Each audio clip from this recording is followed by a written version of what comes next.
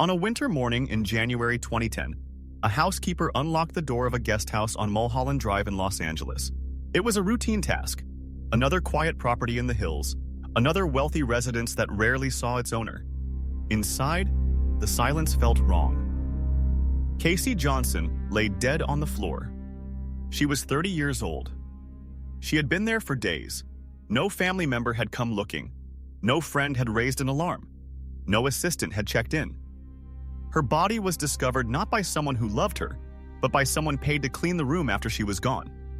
The coroner's report would later state the cause of death: diabetic ketoacidosis, a severe complication of untreated diabetes, a condition that, with proper care, monitoring, and intervention, is survivable, treatable, preventable.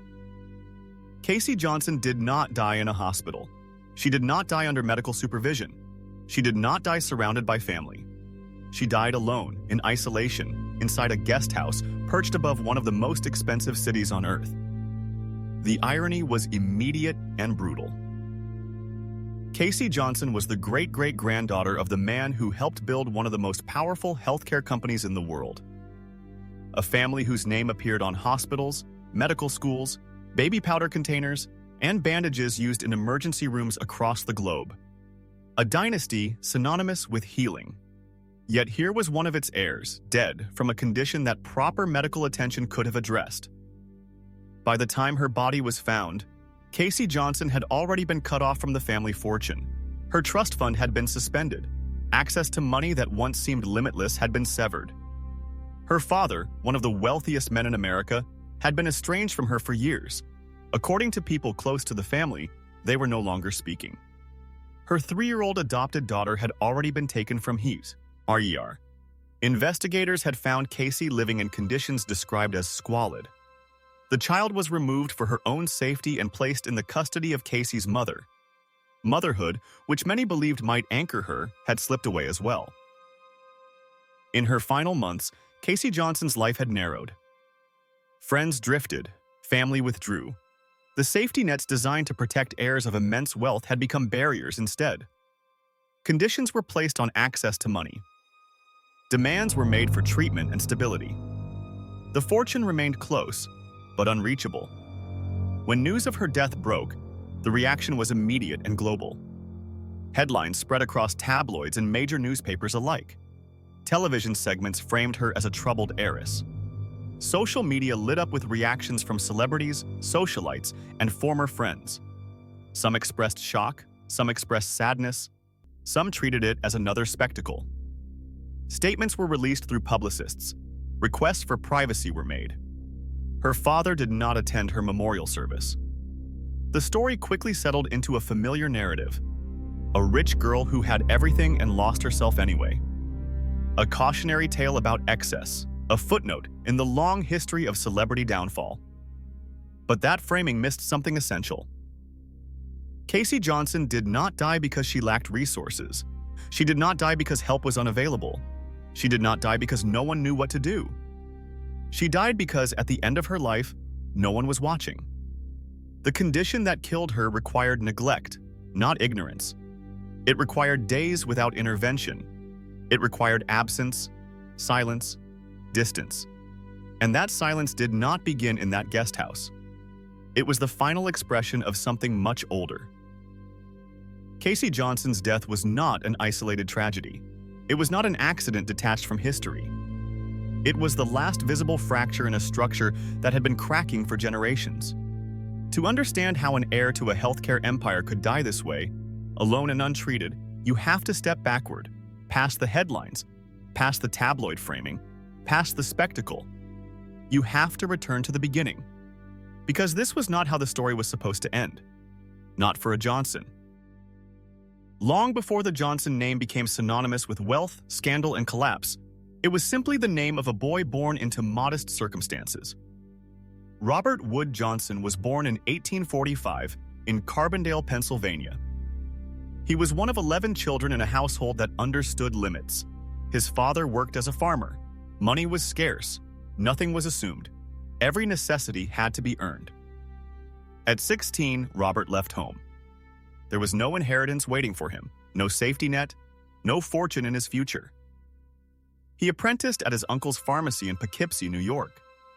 It was unglamorous work, long hours, repetitive tasks, but inside that pharmacy, Robert was exposed to the raw reality of medicine in the 19th century. This was an era when surgery was often more dangerous than the illness itself. Infection was rampant. Doctors reused bandages. Instruments were rarely sterilized. Wounds that should have healed instead became death sentences. While most of the medical establishment accepted this as unavoidable, a British surgeon named Joseph Lister did not. Lister proposed a radical idea that invisible organisms caused infection and that antiseptic practices could prevent it. He began using carbolic acid to sterilize wounds and instruments, dramatically reducing deaths. Many dismissed the theory. Robert Wood Johnson did not. He recognized what others ignored, not just the science, but the opportunity. If surgery could be made safer, if infection could be controlled, medicine itself could change. And someone would need to supply the tools to make that change possible. In 1874, Robert partnered with George Seabury to manufacture medicated plasters and surgical supplies. The venture was promising but short-lived. Disagreements over money and control ended the partnership. Robert sold his shares and, as part of the separation, was legally barred from the medical supply business for 10 years. It was a setback, but not the end. During Robert's enforced absence, his brothers, James Wood Johnson and Edward Meade Johnson, attempted to continue in the same field. Their early efforts struggled. Capital was limited. Competition was fierce. When Robert's restriction expired in 1885, he returned, not empty-handed, but prepared.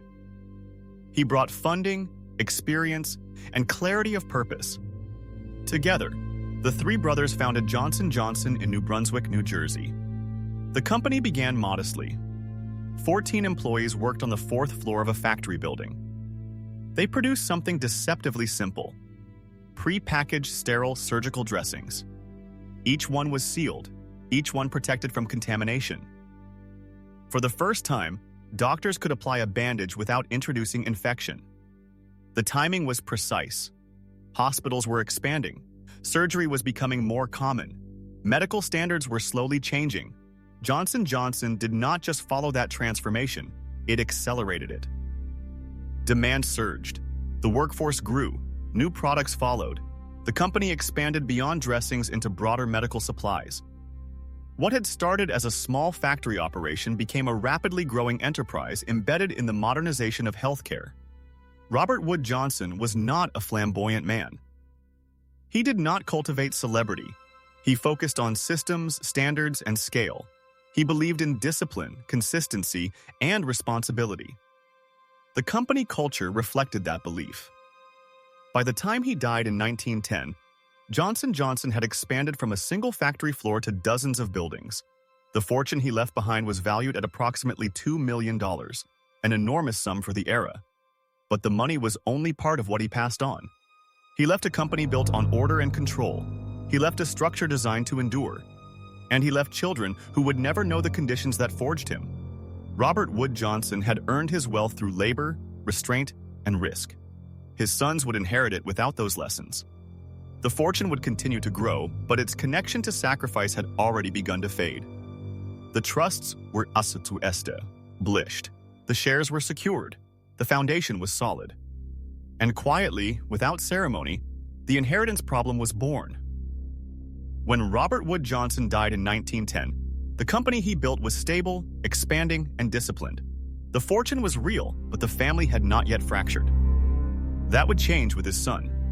Robert Wood Johnson II was 17 years old when his father died. His mother urged him toward college, believing education would prepare him for the responsibility ahead. He ignored her advice. Instead of classrooms, he chose the factory floor. He took an entry-level job at Johnson & Johnson, working among steam engines and machinery. It was not symbolic. He wanted proximity to power, not distance from it. He moved deliberately through departments, learning every function, mastering production, logistics, and management. He absorbed the company the way a soldier studies terrain. By his early 20s, he was running departments, By the outbreak of World War I, he had become General Superintendent of Manufacturing. Unlike his father, who had built cautiously, Robert II thought expansively. He believed scale was strength. He pushed the company into new markets, broadened product lines, and professionalized operations. Johnson & Johnson became less a family business and more an industrial system, efficient, centralized, and controlled. War accelerated everything. During World War II, his organizational skill brought him national attention. The federal government commissioned him as a brigadier general and appointed him chairman of the smaller War Plants Corporation, where he oversaw military production contracts across the country. The title followed him for life. He became known simply as the General. The name fit. In business, his authority was unquestioned. Decisions flowed downward. Loyalty mattered. Results mattered. Weakness did not. The company thrived under this structure, growing into a global operation embedded in American wartime production. Inside his home, the same rules applied. The general had children from 2 marriages. He expected obedience, discipline, and competence. What he offered in return was conditional approval. Affection was not freely given. Attention was transactional. His eldest son, Robert Wood Johnson III, known as Bobby Jr., felt this first. The general criticized his weight, his temperament, his capacity. He told his son, repeatedly, that he was weak, that he lacked discipline, that he would never amount to much. Those judgments hardened into identity. Bobby Jr. entered the company as expected. He rose through the ranks and in 1961 briefly became president of Johnson & Johnson. The appointment did not signal trust. It was a test. 4 years later, the general fired his own son. The dismissal was not handled privately. It was decisive, public, and humiliating. Control mattered more than blood. No deviation would be tolerated, not even from his heir. The damage was permanent. The general's brother Seward remained under his shadow. Where Robert II was rigid, Seward was indulgent and dependent. Together, the 2 men controlled approximately 84% of the company's stock. The fortune was consolidated, protected, and insulated from outside interference. To preserve that control and minimize taxation, the general established a system of family trusts. Each trust held tens of thousands of shares of Johnson & Johnson stock, already worth hundreds of thousands of dollars. Over time, those shares would become worth billions. The trusts were designed to secure wealth for generations. They succeeded. What they did not secure was cohesion. The system removed urgency, accountability, and purpose from the lives of the heirs. Money arrived without effort. Power existed without responsibility. Identity became inherited rather than earned. Inside the family, resentment replaced guidance. Silence replaced support. Children learned early that approval was scarce and conditional. Failures were punished. Vulnerability was ignored. Externally, the dynasty looked unassailable. The company expanded internationally. The brand became synonymous with medical reliability. The fortune multiplied. The general's reputation grew.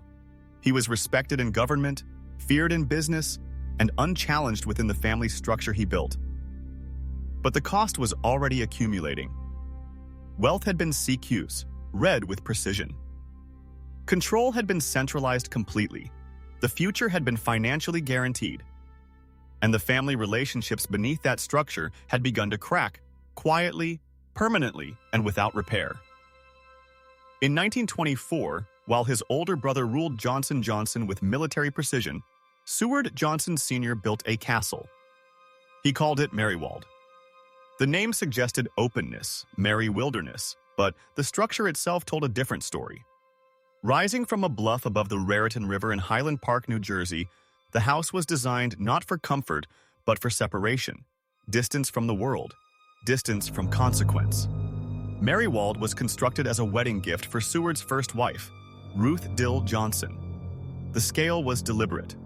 Limestone and sandstone walls embedded with visible fossils, ramparts and turrets that evoked medieval Europe, 150 leaded glass windows, 11 fireplaces, 25 rooms arranged not for flow but for isolation. It was a house built to impress from the outside and conceal on the inside. Hidden within the walls were secret staircases, invisible unless you knew where to look.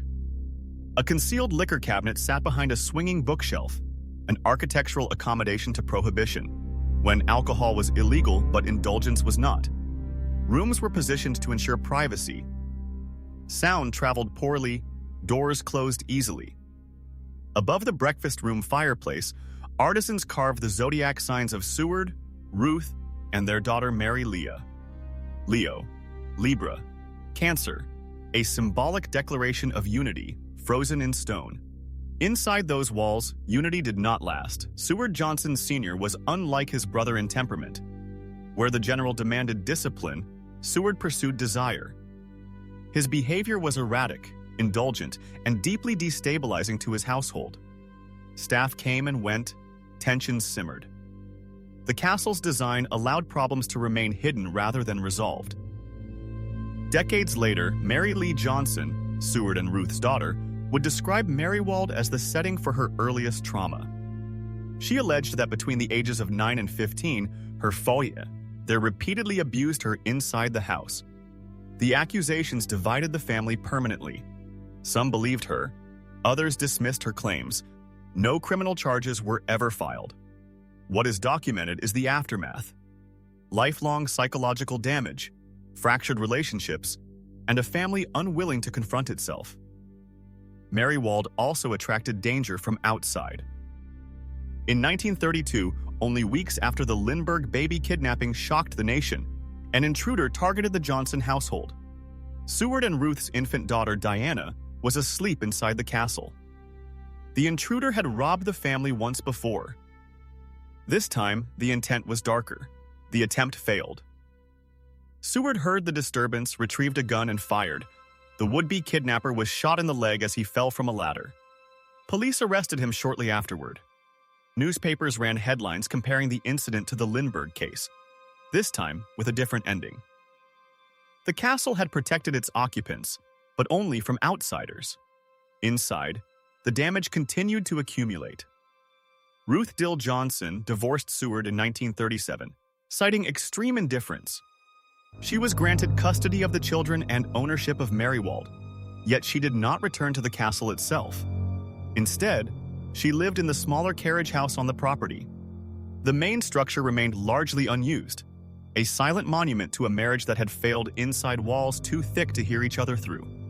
Seward remarried and moved on, physically distancing himself from the house and from the family he left behind. But Marywald did not reset.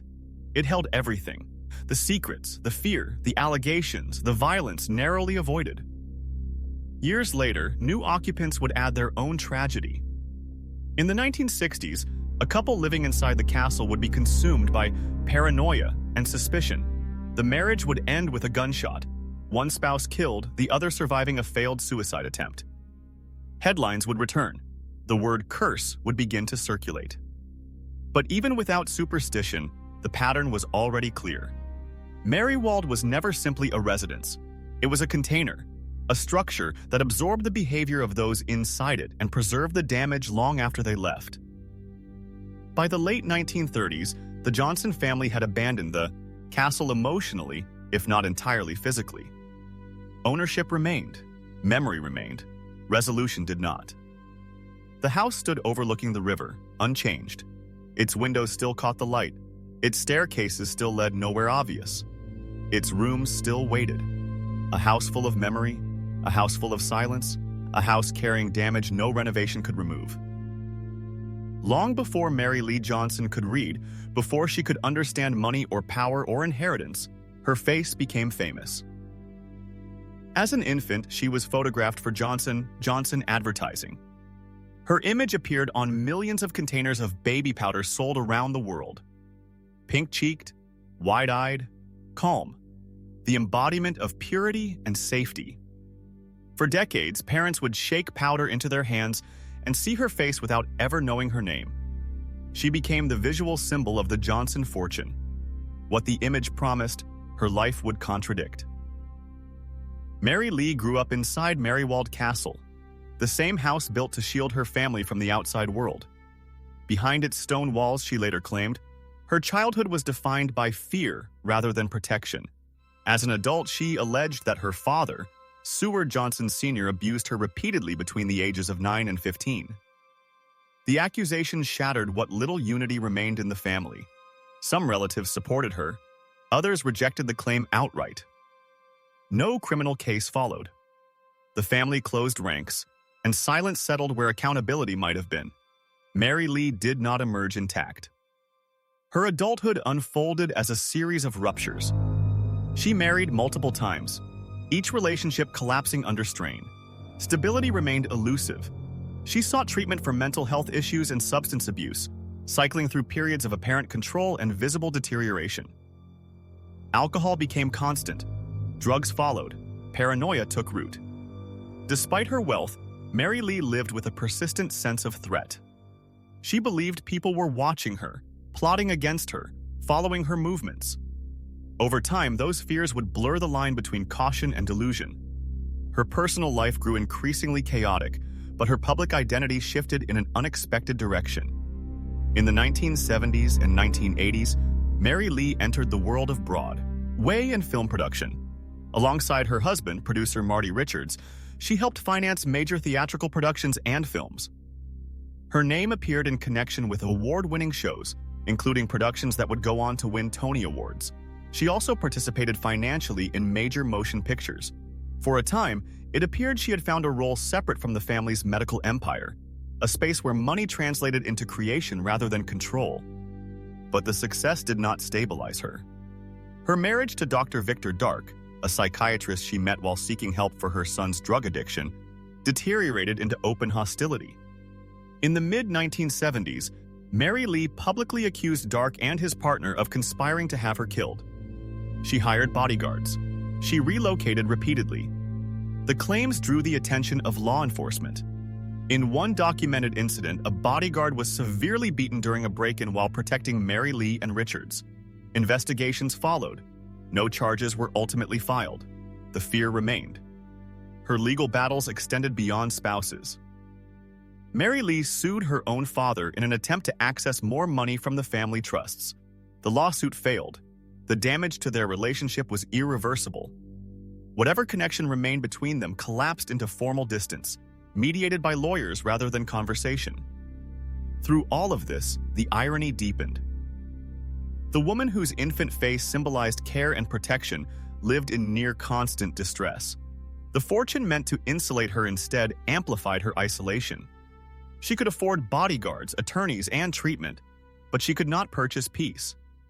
As years passed, her health declined. Addiction compounded psychological instability. Friends described her as exhausted, wary, and increasingly detached from reality. The fear that followed her through marriages, courtrooms, and theaters never left. Mary Lee Johnson. Richards died on May 3, 1990 in Pittsburgh, Pennsylvania. She was 63 years old. The official cause was complications from long-standing health problems. Those close to her believed she had been unraveling for decades. The baby on the powder can was gone. What remained was the contradiction no marketing campaign could erase. The Johnson name promised safety. Her life reflected danger. The family image projected innocence. Her reality carried damage that had never been addressed. Her story marked a turning point in the dynasty. From this point forward, the pattern would accelerate. The fortune would grow larger. The consequences would become more public. The fractures would widen rather than heal. The image had been inverted permanently. What once symbolized protection now stood as evidence of how thoroughly that promise had failed. By the early 1970s, Seward Johnson Sr. was 76 years old, enormously wealthy, and largely estranged from his children. 2 marriages had failed. His relationship with his family was formal at best, hostile at worst. The fortune remained intact, but the household was empty. That changed with the arrival of a housemaid. Barbara Piasecka came to the United States from Poland in 1968 with limited money and an advanced education in art history. She found work in the Johnson household as a cook. She was unsuited for the role and was soon reassigned to housework. It was not her domestic skill that drew attention. Seward Johnson noticed her intelligence. Barbara demonstrated detailed knowledge of European art, identifying misattributed paintings and correcting costly purchasing errors. Seward, who had begun collecting art aggressively, was impressed. He appointed her as an advisor to his acquisitions and placed her on salary. The professional relationship quickly became personal. Within a year, Barbara was living in an apartment Seward provided. Soon after, he moved in with her. In 1971, just 8 days after his divorce from his second wife was finalized, Seward Johnson married Barbara Piasecka. He was 76. She was 34. None of his 6 children attended the wedding. The marriage hardened existing fractures. The couple decided to build a home that would reflect their shared obsession with art and grandeur. They purchased a 140-acre property between Princeton and Lawrenceville, New Jersey. The architect selected was Wallace K. Harrison, one of the most prominent designers in the country, known for major civic landmarks. The instruction was simple: build the greatest private house in America.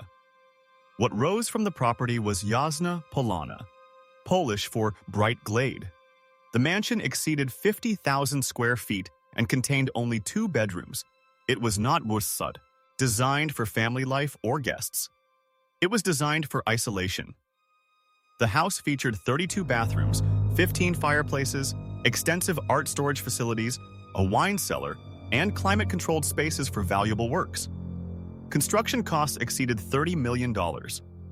Barbara overruled architectural decisions regularly, asserting control over nearly every detail.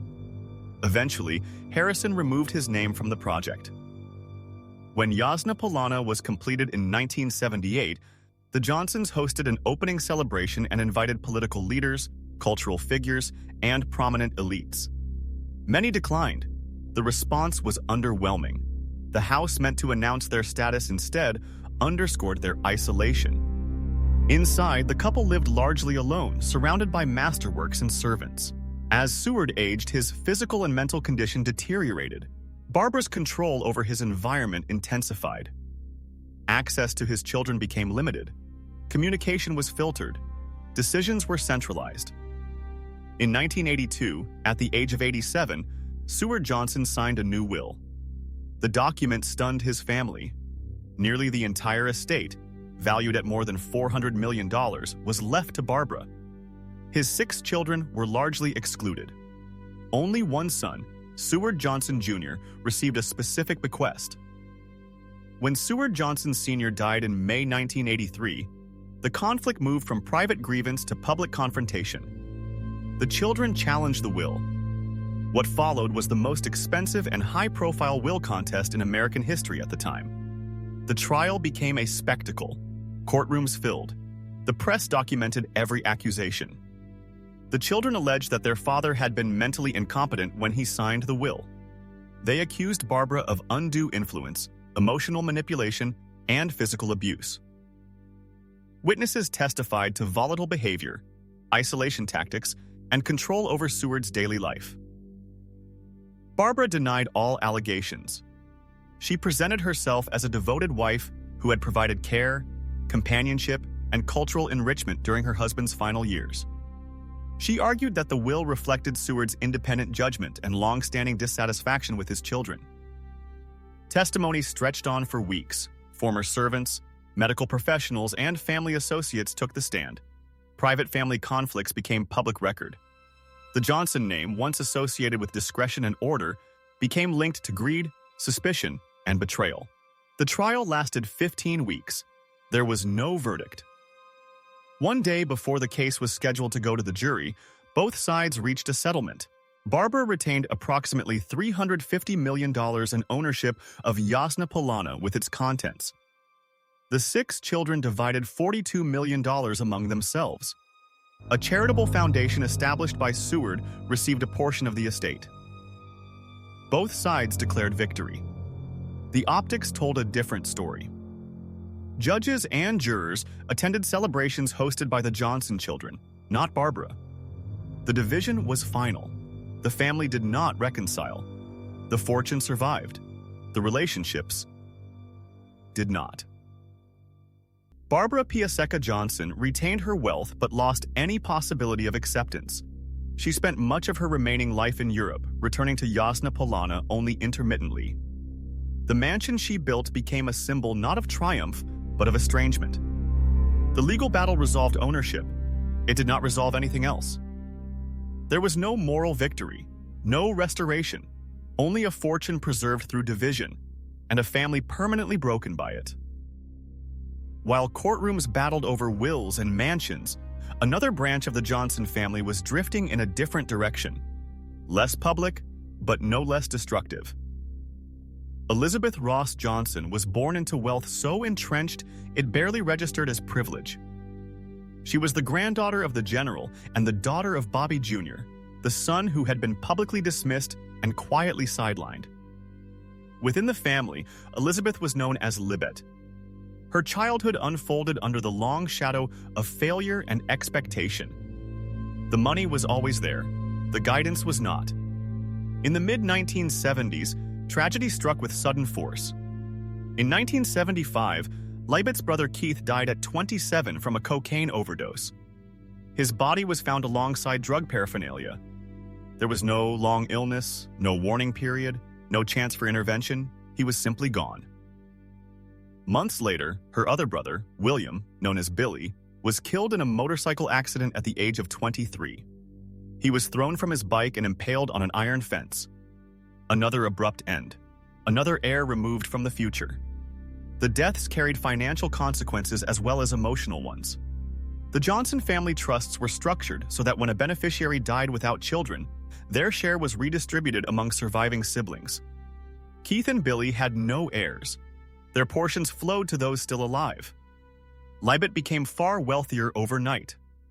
The inheritance did not stabilize her. It removed friction.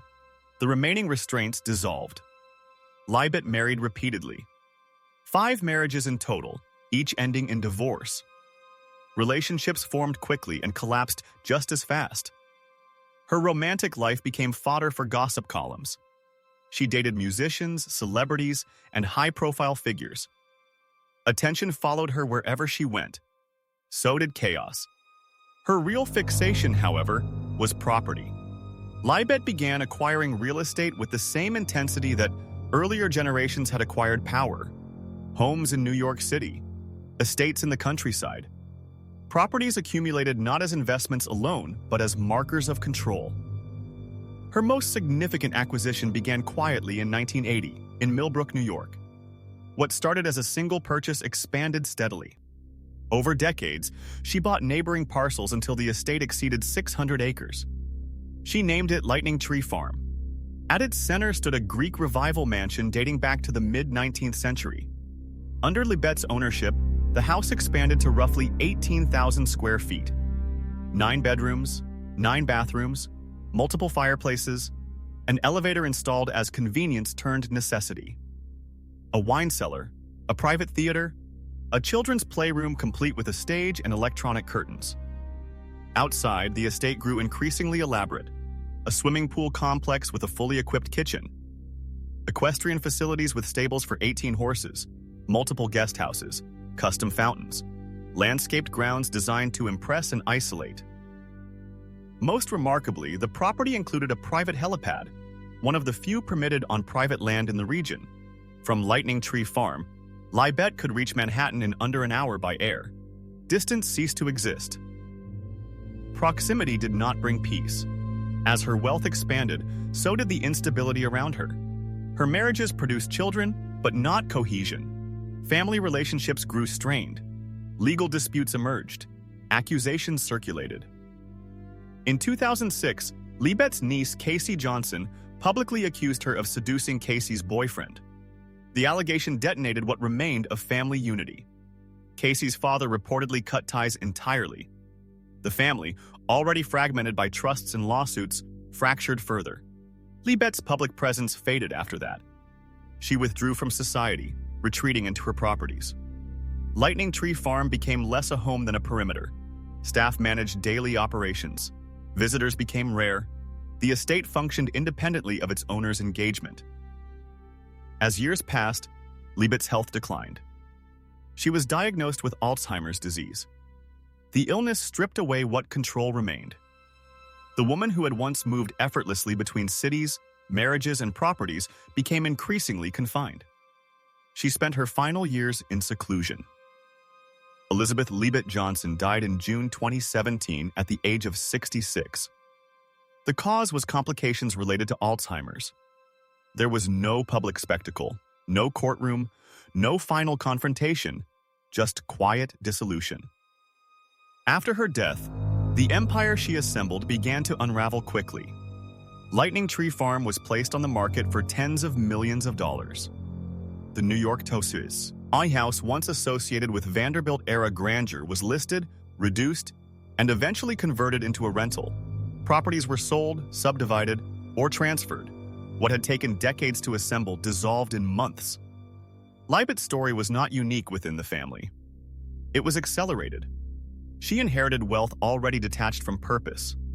She lived without external limits. Loss came early.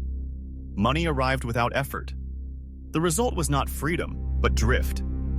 In the end, the pattern repeated. The person vanished. The estate remained. The houses endured longer than the lives they were meant to shelter.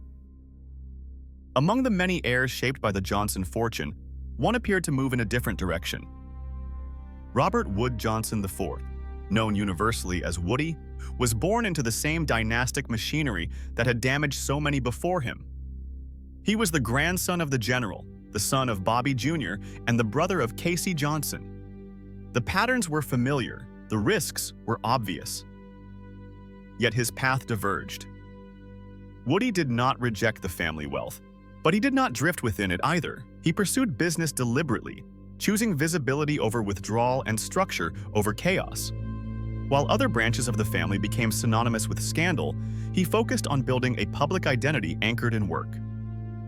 In 2000, he made his most visible move, the purchase of the New York Jets football franchise for approximately $635 million. It was not a passive investment. Sports ownership placed him in a world defined by performance, scrutiny, and accountability. Wins and losses were public. Decisions were judged weekly. Under his ownership, the team experienced periods of competitive success, including multiple appearances in conference championship games. The Jets became a central part of his public persona, proof that the Johnson name could still operate in arenas governed by rules rather than inheritance alone. At the same time, Woody turned toward philanthropy. He became deeply involved in medical research initiatives, particularly those focused on autoimmune disease. He supported organizations dedicated to lupus research and juvenile diabetes, causes that intersected painfully with his own family history. Unlike earlier generations whose relationship with healthcare remained abstract, his involvement was active and sustained. From the outside, this looked like a correction. Where others withdrew, he engaged. Where others fractured, he organized. Where others collapsed inward, he built outward. In 2017, his public role expanded again. Woody was appointed as the United States ambassador to the United Kingdom, representing the country at the Court of St. James. The position placed him within diplomatic tradition, ceremony, and political scrutiny. It was a confirmation of status, earned through alignment rather than inheritance alone. He relocated to London. He hosted officials. He represented American interests abroad. The appointment was not without controversy, but it was navigated without scandal. In a family history crowded with public implosions, that alone marked a difference. Yet stability did not equal resolution. While Woody's professional life appeared intact, the family structure around him remained fractured. His relationship with his daughter Casey had deteriorated long before her death. By the time she was found dead in Los Angeles, they had not spoken in years. He did not attend her memorial service. Statements were issued through representatives. Distance remained. The fortune endured. The company endured. The family did not heal. Woody Johnson demonstrated that escape was possible, at least partially. He avoided the addictions, the legal warfare, the public unraveling that consumed others. He built institutions instead of retreating into properties. He engaged with the world rather than barricading himself from it. But escape came with limits. The Johnson legacy had already scattered. Trust structures continued to distribute wealth without cohesion. Relationships damaged across generations did not repair themselves through individual success. Stability achieved in one life did not reverse collapse elsewhere. Woody did not break the pattern entirely. He stepped outside its worst outcomes, but he could not pull the rest of the family with him. The fractures remained embedded, unresolved and inherited, waiting for the next generation to encounter them, and he almost escaped. And in a dynasty defined by excess and collapse, almost was as close as anyone came. Casey Johnson was born into a world already insulated from consequence. She grew up on Manhattan's Upper East Side, surrounded by private drivers, elite schools, and inherited certainty. Her classmates were the children of financiers, celebrities, and industrial dynasties. Privilege was not exceptional, it was the baseline. At 8 years old, that world cracked. Casey was diagnosed with juvenile diabetes, a lifelong condition requiring constant monitoring, insulin management, and routine medical discipline. For most children, such a diagnosis imposes structure early. For Casey, structure never held. Her parents separated when she was young. Family life fragmented quietly, then completely. Money remained constant. Oversight did not. She attended exclusive schools and later enrolled at Brown University, but the academic path dissolved quickly. She left during her first year and moved instead into the orbit of publicists, social figures, and nightlife. Her early adulthood unfolded in spaces where attention replaced accountability. By her early 20s, Casey had become a fixture in tabloids. Her name appeared in gossip columns alongside celebrities rather than accomplishments. Relationships became public narratives. Feuds followed. Arrests did too. She faced legal trouble for theft and burglary related to disputes with former partners. Each incident reinforced a reputation already forming, that of an erratic heiress spiraling in plain sight. The family response was controlled but distant. Intervention came in conditions, not proximity. Access to trust funds was increasingly tied to compliance, treatment, stability, behavioral expectations. The fortune was no longer unconditional. For someone raised without limits, the sudden appearance of them felt punitive rather than protective. In 2007, Casey made a decision that briefly shifted the narrative. She adopted a baby girl from Kazakhstan and named her Ava Monroe after Marilyn Monroe, whom Casey idolized. For a moment, the focus changed. Friends and observers believed motherhood might anchor her, impose routine, create purpose where none had held before. The stability did not last. Investigators later found Casey living in unsafe conditions. The child was removed and placed in the custody of Casey's mother. Custody loss cut deeper than legal trouble ever had. It represented public confirmation of what private negotiations had already concluded. Casey could not care for herself, let alone a child. The trust fund was cut off entirely. Without access to money, the isolation accelerated.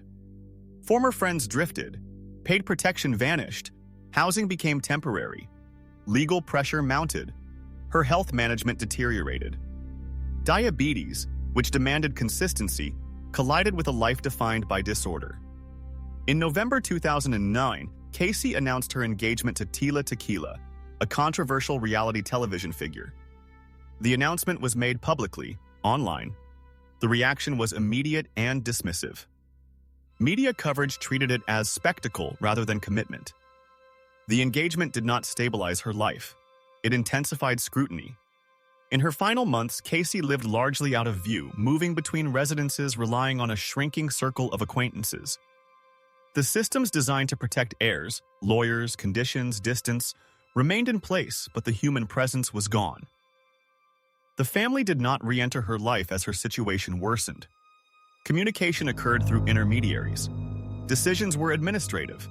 Emotional engagement never returned. When she died, reactions followed familiar patterns. Public statements were brief. Requests for privacy were issued.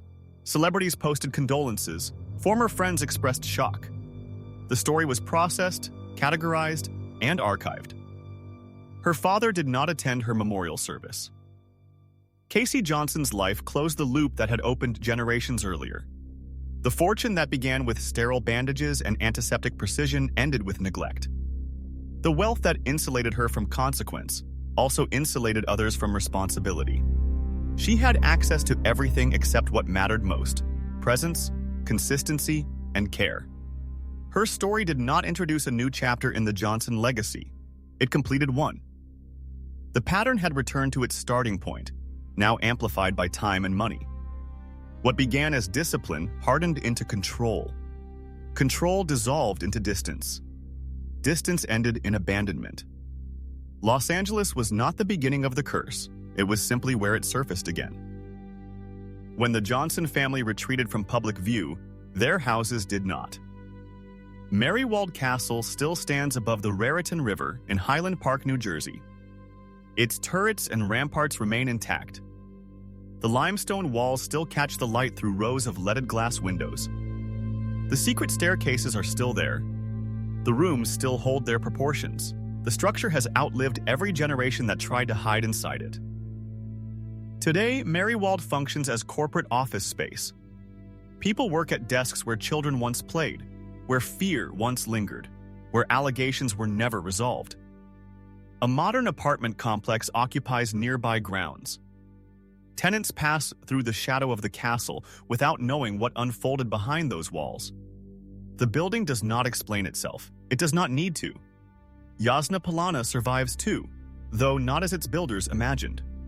The 50,000-square-foot mansion between Princeton and Lawrenceville now serves as the centerpiece of a private golf club. The art is gone. The tapestries are gone.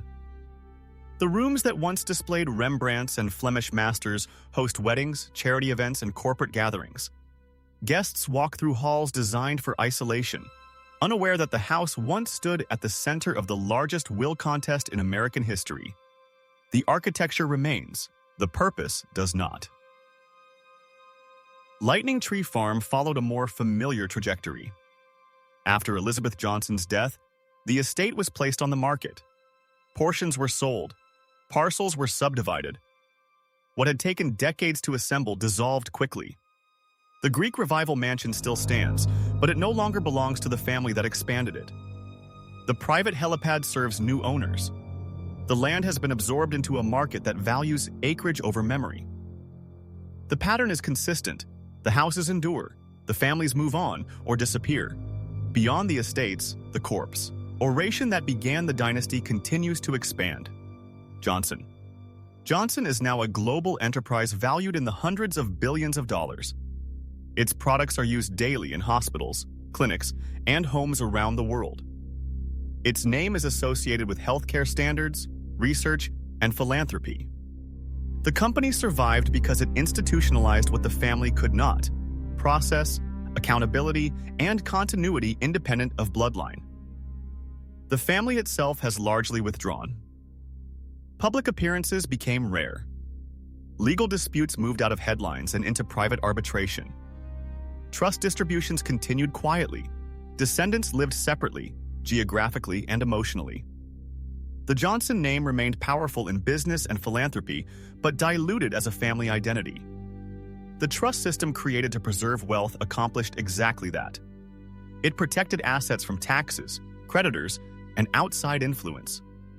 It also removed urgency from lives that never needed to earn stability.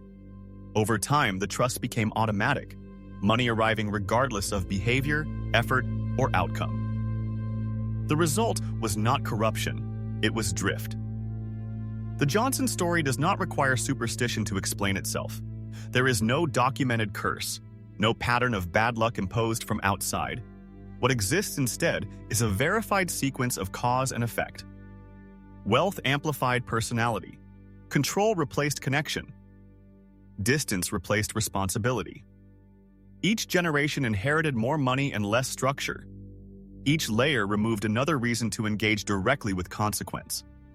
Where the founder worked inside a pharmacy, later heirs worked inside legal frameworks designed to shield them from friction.